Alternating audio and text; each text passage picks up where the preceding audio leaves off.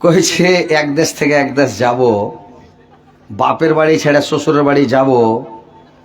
তো এই লেগে খানি চিন্তা করে যে শ্বশুরের মিজাজ কেমন, শাশুড়ির মিজাজ কেমন কেমন, ওর বুদ্ধি জ্ঞান কে কইবে। মানুষটা যেটা হার স্বামী, ই মানুষ না কোনো দার্জাল না কোনো আজরাইল, কে কইবে। ওই এক খেপা বিয়ে করে লেসে কি করে যে স্ত্রীকে সিগারেট ধরে তেলে পুড়াইছে, ফার্স্টে দিনই চমকে গেছে। তো এই যে একটা মানুষের মাহলের সাথে অ্যাডজাস্ট এর জন্য মানে ভয়ে কাঁদে যে কে পছন্দ করবে, কি করবে না করবে, কি টেনশন হবে, এই লেগে কাঁদে ওরা, মেয়ে ছেলেরা কাঁদে। তো নতুন এলাকায় গেলে সবাইকে একটু ভয় লাগবে নাকি। তো যাক ইনশাল্লাহ, ফের আপনারা খাড়ো কেন হলেন ভাই? আরে বসছেন, মজা নেবেন তো বসেন। আগে হজরত আলীকে মোবাইলে দেখছিলেন, আজকে ডাইরেক্ট দেখবেন ইনশাল্লাহ নাকি। খালি কাঁচ উঠাইছেন তো হজরত আলী লাল দাঁড়িয়ে ওর হ্যান্ডা বসে আছে। আর আজকে ডাইরেক্ট দেখতে পেয়েছেন, এটা আল্লাহর লাখ লাখ শুকরিয়া যে মাওলানা নিয়ে এসে খালি আপনাদেরকে দেখাবেন লেগে নাকি। খুব কষ্ট করে ডেট পেয়েছে ওই মাওলানা, বললো যে এরকম ব্যাপার ডেট দিতে হবে। আর আমি ভাবলাম যে যেখানটা নতুন এলাকা, নতুন ফিল্ড, এটা আমারই এলাকা, আমারই দেশ নাকি।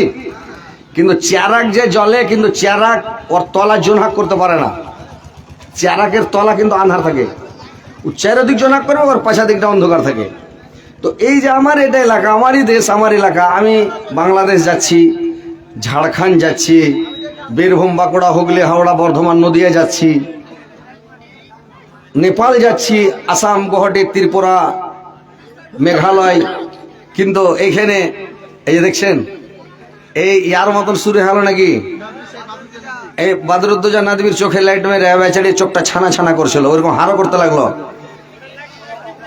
এই হলো বিষাক্ত লাইট। এই লাইটটা যদি চোখের একদম ওই মুনির সাথে সেট হয়ে যায় কিনা, তোর পাওয়ারকে সিজ করে দেবে। তো লাইটটা মারিও না চোখে, মানে চোখে মারলে চোখ ছানা ছানা করছে, বুঝতে পারলে, চোখটার পাওয়ারটা কমে যাবে, বুঝতে পারলে। বুড়া দিকারে তখন দেখতে পাওয়া যাবে না, যখন বয়স হয়ে যাবে তখন এই চোখটার পাওয়ারটা কমে যাবে। ফের একটাতে মারিও, দুটাতে মারিও না, না তো একটা কোনো রকম চলে, আর একটা তো বাঁচবে নাকি। তো ছোট লাইট ভাই মারিও না, মারতে হয় না, না তো চোখ শেষ। তো যাক আলহামদুলিল্লাহ, আপনারা বসেন, মন দিয়ে শুনেন, জালসা শুনতে এসছেন ইনশাল্লাহ। আপনাদেরকে কোরআন এবং হাদিসের কথা শোনাবো। শুনেছেন এই মিডিয়ারা জালসাতে খালি, মিডিয়ারা জালসাতে খালি ওই হাসির কথা 2 second, 4 second, 5 second, 1 minute, 1/2 minute করে করে কেটে কেটে ছেড়ে একটা বদনাম যে হজরত খালি খালি হাসাইছে। কিন্তু না হাসালে মানে লোক বসবে না, এক জ্বালা আছে নাকি। আপনি খালি একটা চুটকি মারবো, পিন্ডালে জায়গাতে কাপড়টা ছিঁড়ে ফেলে দেবেন। যদি দেখতে চান তো কহেন, আমি ছিঁড়ে ফেলে দিই সবটাই কাপড়টা, বুঝতে মানে জায়গা দিতে পারবেন না, সব ছিঁড়ে ফেলে দেবে একেবারে, বুঝতে পেরেছেন। তো যাক, ছিঁড়েতে হবে না, পিন্ডালওয়ালা হার ঘি লোক, ওর সব বরবাদ হয়ে কাপড় টাপড়। আপনারা বসেন ইনশাল্লাহ। আমায় গাইতে দাও দয়াল, বাধা দিও না, মনের কথা বলতে দাও, জবান বন্ধ করো না। মনের কথা বলতে দাও, জবান বন্ধ করো না। আমায় আলাই নিয়ে চলক, আমায় আলাই নিয়ে চলক, আর অন্ধকার রেখো না। আমায় গাইতে দাও দয়াল, বাধা দিও না, মনের কথা বলতে দাও, জবান বন্ধ করো না। অন্ধকারে রইল যারা, দই কল হারালো তারা, হেদায়েত দিয়া গো মওলা, হেদায়েত দিয়া গো মওলা, আর গুমরাহিতে রেখো না। আমায় গাইতে দাও দয়াল, বাধা দিও না, মনের কথা বলতে দাও, জবান বন্ধ করো না। ভাই শান্তিভাবে বসেন, সুন্দরভাবে শুনেন। ইনশাআল্লাহ আপনারা শুনবেন, আপনাদেরকে শোনাবো কোরআন এবং হাদিস থেকে যে আয়াত পরিবেশন করেছি ইনশাআল্লাহ সামনে রেখে কথা বলবো। কথাগুলো মন দিয়ে শুনবেন, শোনার পরে আমল করার চেষ্টা করতে হবে। হাদিস যদি আপনি গাড়ির গাড়ি হাদিস জানেন কিন্তু যদি আমল না করেন তো যাই না, কোনো লাভ নাই, জানাই হলো আরো গরমাইবে কিয়ামতের দিন। একটা কথা ভালো করে শুনলেন, যারা বেশি চালাক ওর কিয়ামতের দিন খুব কঠিন হিসাব হবে, খুব কড়া কিন্তু হিসাব হবে। যারা মিডিয়াম শ্রেণীর লোক আধ খেপা ওর হিসাব মিডিয়াম হবে, যারা খেপা মানে পাগলা ওর হিসাব হবে না। আর যারা বেশি পণ্ডিত ওর কড়া কিন্তু হিসাবে ভাই কিয়ামতের দিন। তো আপনারা হাদিস কোরআন জানছেন, নামাজ পড়বেন না। হাদিস জানছেন, রোজা ফরজ রোজা রাখতে রোজা ছাড়লেন, মানে ছেড়ে দিলেন রোজা। আপনি তাসবিহ জিকির করবেন না, দান খেরাত করবেন না, সাদকা করবেন না, আপনি জানেন অথচ করবেন না। তার মানে আপনি তো চালাক লোক। আপনি তো জানেন যে এটা করলে গুনাহ হবে, এটা করলে পাপ হবে, এটা করতে হয় না, এটা করতে হয়, এটা করতে হয়, এটা আল্লাহ রাসূল বলেছেন, এটা করতে বলেছেন, এটা করতে মানা করেছেন, এটা জানেন। তাইলে আপনি যখন এতগুলা জানার পরে যখন আপনি আমল করছেন না, তো আপনার হিসাবটা কিয়ামতের দিন কঠিন হবে, কড়া কিন্তু হবে। তাহলে আপনাকে আমল করতে হবে। হাদিস জানেন, আমল করেন, ইনশাআল্লাহ আপনার জিন্দগিটা কামিয়াবি হয়ে যাবে। তো এইবার শুনেন, আল্লাহ পাক আমাদেরকে আপনাদেরকে শিক্ষা দেওয়ার জন্য আল্লাহ পাক তার রাসূলকে ডাকলেন, কোথায় নিয়ে গেলেন? 7 আসমান ভ্রমণ করালেন, আর কতগুলো নিদর্শন দেখালেন, যে নিদর্শনগুলো দেখে যেন তারা,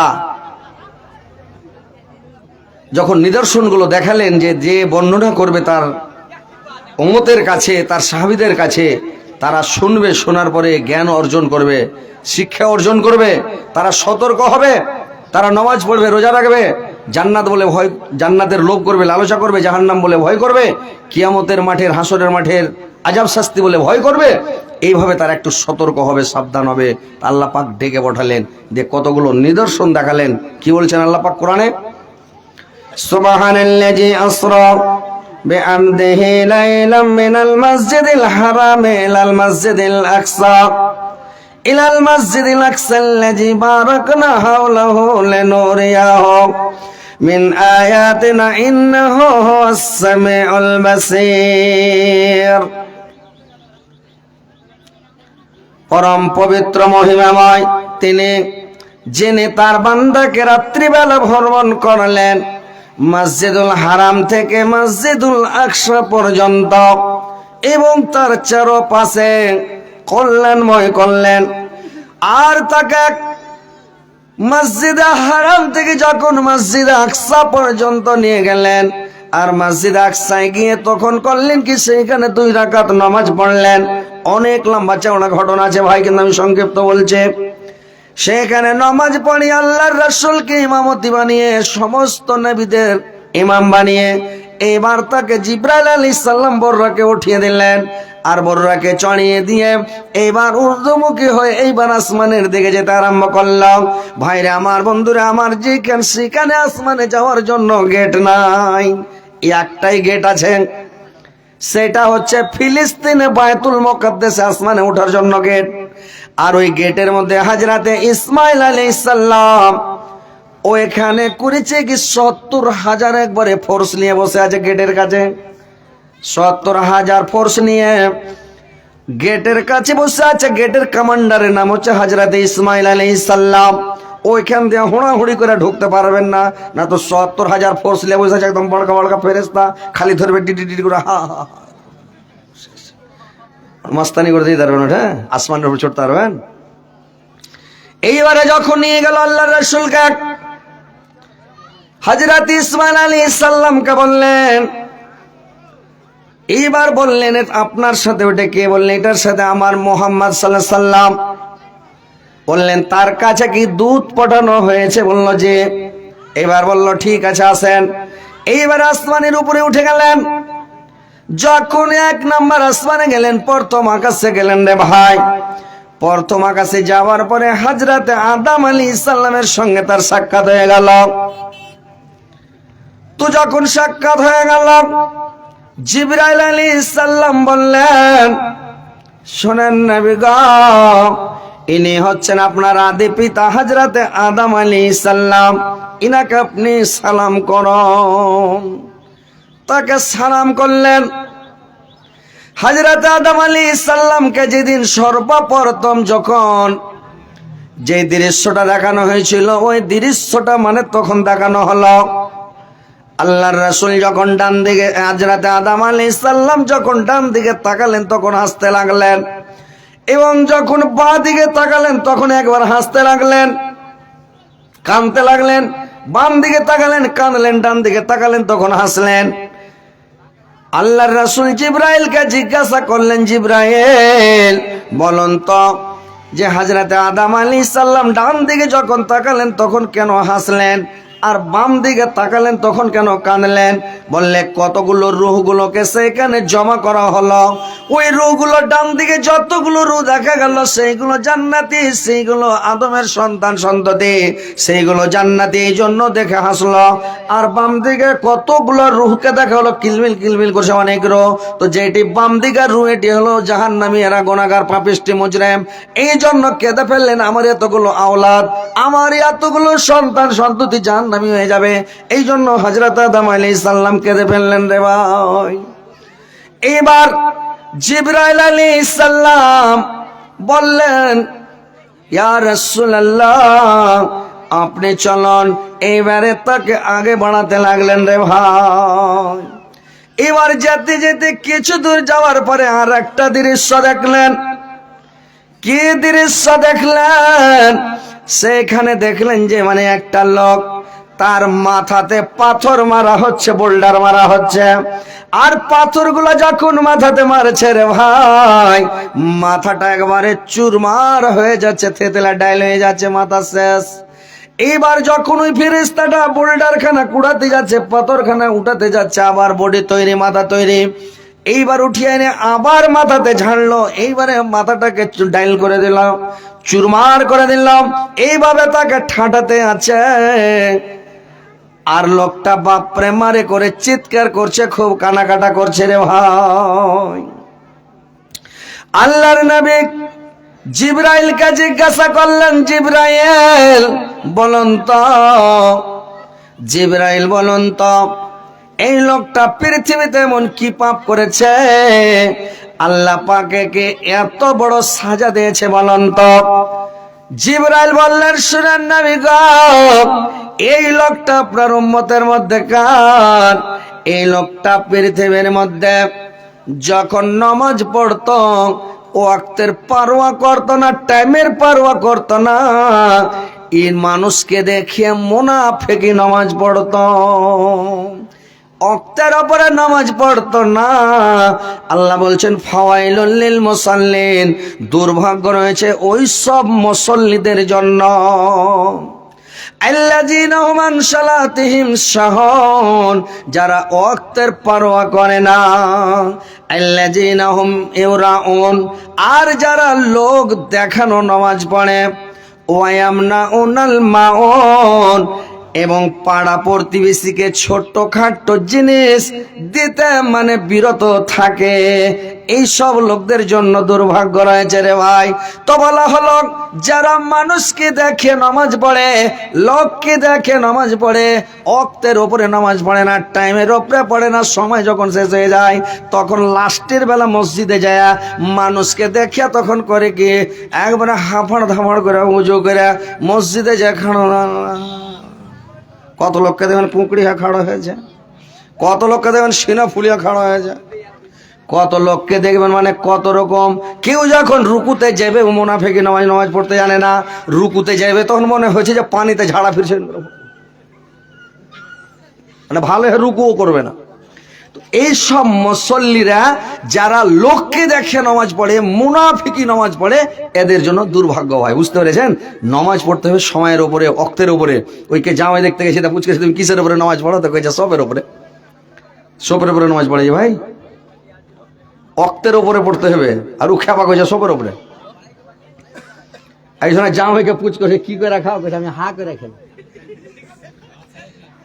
জামাই হা করে খাই, ওকে কোনো কর্ম করতে হবে যে আমি ব্যবসা করি, বিজনেস করি, কোনো কর্ম করি, চাকরি করি, কোনো কিছু করি, একটা এই কাজ করে খাই, তো ওইটা না করে ও কইছে আমি হা করে খাই, হা করে দেখেছে। তো মানুষগুলো চুঙ্গে ওই একটা কথা কয়েছি তো ফের বাদর দুজা সেদিন মুর্শিদাবাদের জালসাতে কয়ে দিয়েছে, মানে একজনকে কয়েছে তুমি লেখাপড়া করেছো কদ্দূর থাক, তো বাড়ি থেকে স্কুল থাক নাকি, কয়েছে বাড়ি থেকে স্কুল থাক। তার লোকটা চঞ্জে গেছে, তার মানে ও কি কহেবে। ওই একজনা দেখতে গেছে, আমিও গেছি, আমাদের গ্রামের মুলি টুলি গেলা গেছে, তখন কয়েছে বহুটাকে যে লেখাপড়া করেছো কতখানি, কইছে আপনার সমান। তো মুলবিটার পুচ করে না, লোক করে থাকে পুচ করো, তোকে কি পুচ করবো, তো আমার সমান পড়েছে, তোকে পুচ কি করবো, আমিও মুলবি ও মুলবি। আমি ওইটা কথা কহেনি, ও যে হার সমান মানে আপনার সমান, এটা কহেনি। ও কয়েছে আপনার সমান মানে নিজের নামাজ রোজার সমান, কইছে এইটা কথা। আমি হ্যাঁ, তাহলে তো পুচ করতে হবে, জানি তো এখন পুচ করতে লেগেছে। তো বুঝতে পারছেন, এগুলা যদি এক একটা উদাহরণ দিছি, মিডিয়ার কাইটা কুইটা ওকে এমন ভাইরাল করছে, আরে বাবা উড়িয়ে দিছে। তখন কইছে হযরত আল খালি গেলে গল্প করছে। তো ওয়াজের মধ্যে যদি একটা উদাহরণ না দিবেন তো ওয়াজটা জমবে, হবে যে ভাই, হবে না। তো এইবার এই সব যারা মুসল্লি মুনাফিকি নামাজ পড়ে, এদের জন্য দুর্ভাগ্য। বুঝতে পেরেছেন, নামাজটা টাইমের উপরে পড়তে হবে। জিবরাইল আলাইহিস সালাম বললেন, নবী গো এবার চলুন। আবার যেতে লাগলেন রে ভাই, যেতে যেতে যেতে কিছু দূর যাওয়ার পরে আর একটা দৃশ্য দেখলেন। কি দৃশ্য দেখলেন রে ভাই, একটা লোককে দেখছে, বাড়কা বুঝাবে না, লোকটার মাথাতে চাপিয়ে দিয়েছে। লোকটা বুঝা চাড়তে পারে না, বোঝালিয়া হাঁটতে পারে না। গ্রামের লোক করেছে কি, আর একটা বোঝা বানতে লেগেছে, ওর মাথায় চাপাবে, ফের ওইটা বোঝাবে না, ফের চাপিয়ে দিলে দুটা বোঝালিয়া বেচারি বুড়া মানুষ হিলতে পারে না। ফের গায়ের লোক আর একটা বোঝা বানতে শুরু করে দেয়। লোকটা খালি বাপরে মানে করে চিৎকার করছে। আল্লাহর রাসূল জিজ্ঞাসা করলেন, জিবরাইল এই লোকটা পৃথিবীতে কি পাপ করেছে, আল্লাহ পাককে এত বড় সাজা দিয়েছে, বোঝা ঢুইতে পারে না, ফের বোঝা চাপাই যায়, ফের ঢুইতে পারে না, ফের চাপাই যাবে, ব্যাপার কি? জিবরাইল বললেন, শুনেন নবী গো, এটা আপনার উম্মতের মধ্যেকার, এই লোকটা আপনার উম্মতের মধ্যেকার গণাবে। এই লোকটা পৃথিবীতে ছিল গ্রামের সর্দার, কিংবা এই লোকটা ছিল মাদ্রাসার ক্যাশিয়ার বা মসজিদের ক্যাশিয়ার। গ্রামবাসীর লোকের কাছে টাকা জমা দিত, এই টাকা টিকা কুমিরের মতন খায়া মজা মারত, খেলে। গ্রামের লোক হিসাব চাইছে, হিসাব দিতে পারে না, মানে ছলনা করছে। ফের গ্রামের লোক করেছে আর একটা বোঝাবে না, মানে আরো গুটির টাকা উঠে ফের জমা দিয়েছে, ফের ওটি টাকা খেয়েছে, ফের গুটির টাকা উঠে ফের ওর কাছে জমা দিয়েছে। তো এইভাবে যে টাকা জমা দিয়েছে আর ও খেয়ে আছে, তার মানে ওকে জমা থাকে মাদ্রাসার টাকা, মসজিদের টাকা, বাইতুল মালের টাকা যদি জমা থাকে। আল্লাহর নবীকে মক্কা নগরীতে মোহাম্মদ বলে কেউ চিন্তক না। আল্লাহর রাসূলকে সবাই ছোটতে বলতো আল আমিন, আমানতদার, সবাই বলতো আল আমিন। আল্লাহর রাসূল আমানতদার ছিলেন। যদি কোনো জিনিস আল্লাহর রাসূলকে জমা দেওয়া হতো, আল্লাহর রাসূল গিরাটাও খুলে দেখতেন না, ডান হাতে নিলে বাম হাতে করতেন না, বাম হাতে নিলে ডান হাতে করতেন না, খুলাও দেখতো না, কি আছে এর মধ্যে, টাকা কটি আছে কি আছে খুলাও দেখতেন না। যেদিন চাইতেন ওই দিনই টাকাটি বের করে দিয়ে দিতেন, গহনা কোনো সোনা চাঁদি তাহলে বের করে দিতেন। আল্লাহর রাসূল খুলাও দেখতেন না। ওই আমানতের খিয়ানত আল্লাহর রাসূল কোনোদিন করেননি। আল্লাহর নবী বলেছেন খিয়ানত করবে না, তোমরা কেউ খিয়ানত করিও না। আমানতের খিয়ানত মুনাফিকের কাম, হিসাব শেষে যাবে এরা সোজা জাহান্নাম, হিসাব শেষে যাবে এরা সোজা জাহান্নাম। আমানতের যদি খিয়ানত করেন তো জাহান্নামে যেতে হবে রে ভাই। আমানতের খিয়ানত জিন্দেগিতে করবেন না,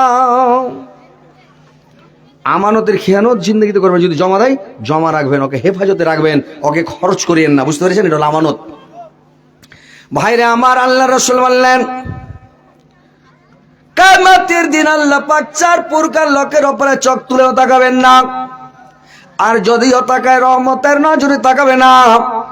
তার মধ্যে 1 নাম্বার যে লোকটা খিয়ানত করে ওর দিকে তাকাবে না, 2 নাম্বার ওই লোকটার দিকে তাকাবে না যে লোকটা স্ত্রী লোক পুরুষের ভেষ ধারণ করে এবং পুরুষ যারা স্ত্রীর ভেষ ধারণ করে।